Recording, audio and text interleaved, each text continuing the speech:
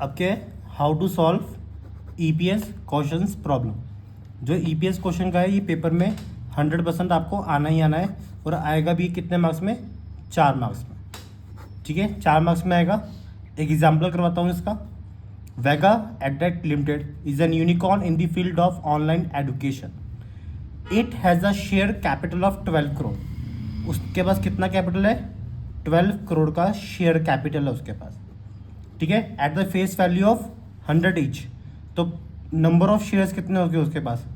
सबसे पहले आप क्या निकाल लो, नंबर ऑफ शेयर्स निकाल लो, सिंपल।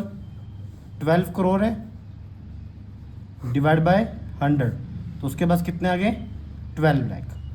उसके बाद 12 लाख नंबर ऑफ शेयर्स है। Company is considering a major expansion of its production facility and wants to raise 2 crore. उसको और कितने चाहिए, 2 करोड़ चाहिए। The CFO the company has recommended and company can raise fund of a same amount by issuing 10% debentures. उसने क्या issue करी, 10% debentures issue कर लिए। तो 10% डिबेंचर्स आता किसमें है, डेप्ट में। ठीक है, उसने क्या इशू किया, 10% डिबेंचर्स इशू किया 2 करोड़ की डेप्थ। कि उसको कितना पैसा चाहिए, 2 करोड़ रुपये उसको चाहिए हमारे से। Given that earning per share of a company after expansion is 21 and the tax rate is 30%, did CFO give a justify recommendation. ठीक है, अभी जो क्वेश्चन डाला इन्होंने, इस क्वेश्चन में क्या है कि आपको पोस्ट बोला है। ठीक है, तो आंसर स्टार्ट करते हैं डायरेक्टली इसका। उसने क्वेश्चन में गिवन क्या करा है, सबसे पहले गिवन करा है आपको ईपीएस कितना किया उसने, 21।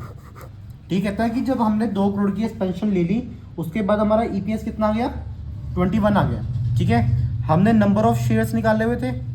ठीक है, नंबर ऑफ शेयर्स कैसे निकाले थे हमने, 12 करोड़ का हमारे पास शेयर कैपिटल था डिवाइड बाय 100, तो कितने नंबर शेयर्स आ गए, 12 lakh. Clear, 12 lakh number of shares आ गए हमारे पास। तो ईपीएस निकालने का फॉर्मूला क्या होता है, EPS is equal to earning after tax upon number of share holder. ठीक है, नंबर ऑफ शेयर होल्डर तो कितने हैं, 12 लाख। ईपीएस कितना है, 21 अपॉन 12 लाख, तो क्या आ जाएगा तुम्हारा, अर्निंग आफ्टर टैक्स। इसको क्रॉस मल्टीप्लाई करके तो आपका अर्निंग आफ्टर टैक्स कितना गया, 2 करोड़ 52 लाख। कितना गया, 2 करोड़ 52 लाख आपको क्या आ गया, अर्निंग आफ्टर टैक्स।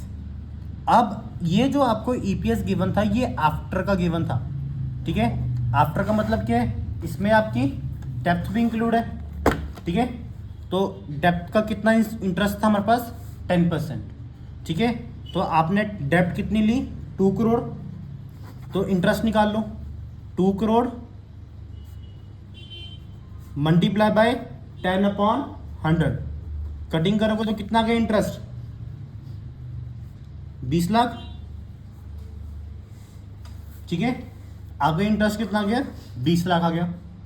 क्लियर, तो अब इंटरेस्ट निकाल दिया आपने 20 लाख। अब निकाल लो आप अर्निंग बिफोर टैक्स। क्या निकालना है, अर्निंग बिफोर टैक्स। इसमें आपको रिवर्स चलना है।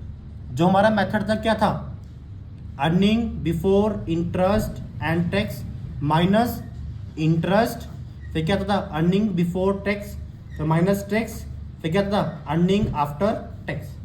अब हम यहाँ से रिपीट कर रहे हैं। ठीक है, इंटरेस्ट हमने कर लिया इसमें से, अब क्या चाहिए मेरे को, टैक्स भी निकालना है। तो क्या आ जाएगा मेरे पास, अर्निंग बिफोर टैक्स आ जाएगा। ठीक है, अब मान लो आपको ईबीटी को पता नहीं कितना है, तो let us assume EBT is equal to X, कि आपने इसको एक्स मान लिया, आपके पास इंटरेस्ट निकल गए। ठीक है, इसको क्या मान लिया आपने, ईबीटी। तो अगर हम ईबीटी में से माइनस करते हैं टैक्स को, तो मेरे पास क्या आता है, earning after tax. Earning after tax है मेरे पास, कितना आया था, अर्निंग आफ्टर टैक्स आया था मेरे यहाँ पे 2 करोड़ 52 लाख। ठीक है, 2 करोड़ 52 लाख। टैक्स कितने परसेंटेज गिवन था क्वेश्चन में, 30%। ठीक है, 30% टैक्स रेट गिवन था, तो 30% ले लो। ईबीटी भी लगेगा x माइनस 0.30x, ठीक है। अब इसको सॉल्व कर दो तो आपका एलसीएम आ जाएगा 0.70x is equal to 2 crore 52 lakh, x यहाँ पे रह जाएगा 2 करोड़ 52 लाख डिवाइड बाय 0.70, तो आपकी x की वैल्यू कितनी आ गई 3 करोड़ 60 लाख, ठीक है। और आपने x क्या माना हुआ था हमारा ईबीटी, ठीक है। क्या गई है अर्निंग बिफोर टैक्स। अब अगर earning before tax 3 crore 60 lakh आ गया, ठीक है। अब इसमें आप क्या प्लस कर दोगे, इंटरेस्ट प्लस कर दोगे, तो आपके पास क्या आ जाएगा earning before interest and tax.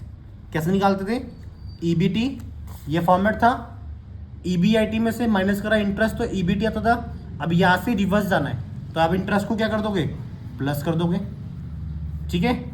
Interest plus करा, ईबीटी कितना आया 3 करोड़ 60 लाख प्लस इंटरेस्ट कितना निकाल दिया हमने 20 लाख, ठीक है।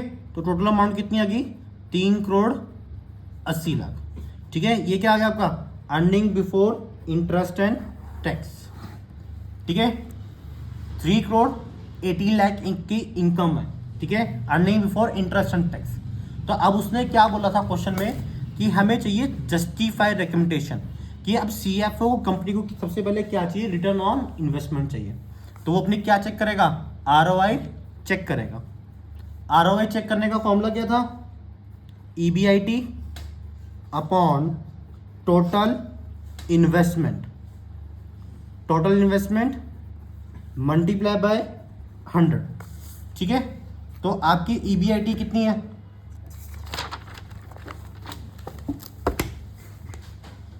3 करोड़ 80 लाख, टोटल इन्वेस्टमेंट पहले कितनी थी 12 करोड़, 2 करोड़ की उसने डेप्थ ले ली तो कितनी होगी 14 करोड़,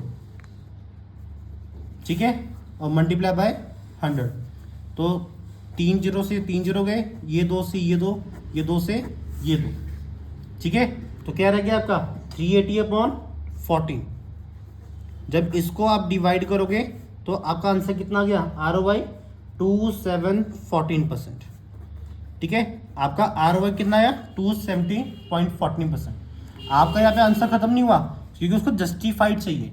अब आप उसको एक नरेशन बना के दोगे जस्टिफाइड में कि आप क्या बोलोगे कंपनी की आरओआई कितनी आई 27.14%, but they invested they spend या दे एक्सपेंसेस इंकर्ड ऑन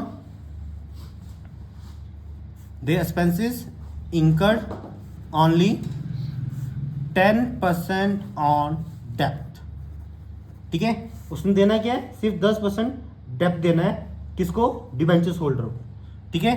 तो 10% से ज़्यादा क्या है हमारा आरओआई, तो ये इसकी आपकी क्या है जस्टिफाइड रिकमेंडेशन।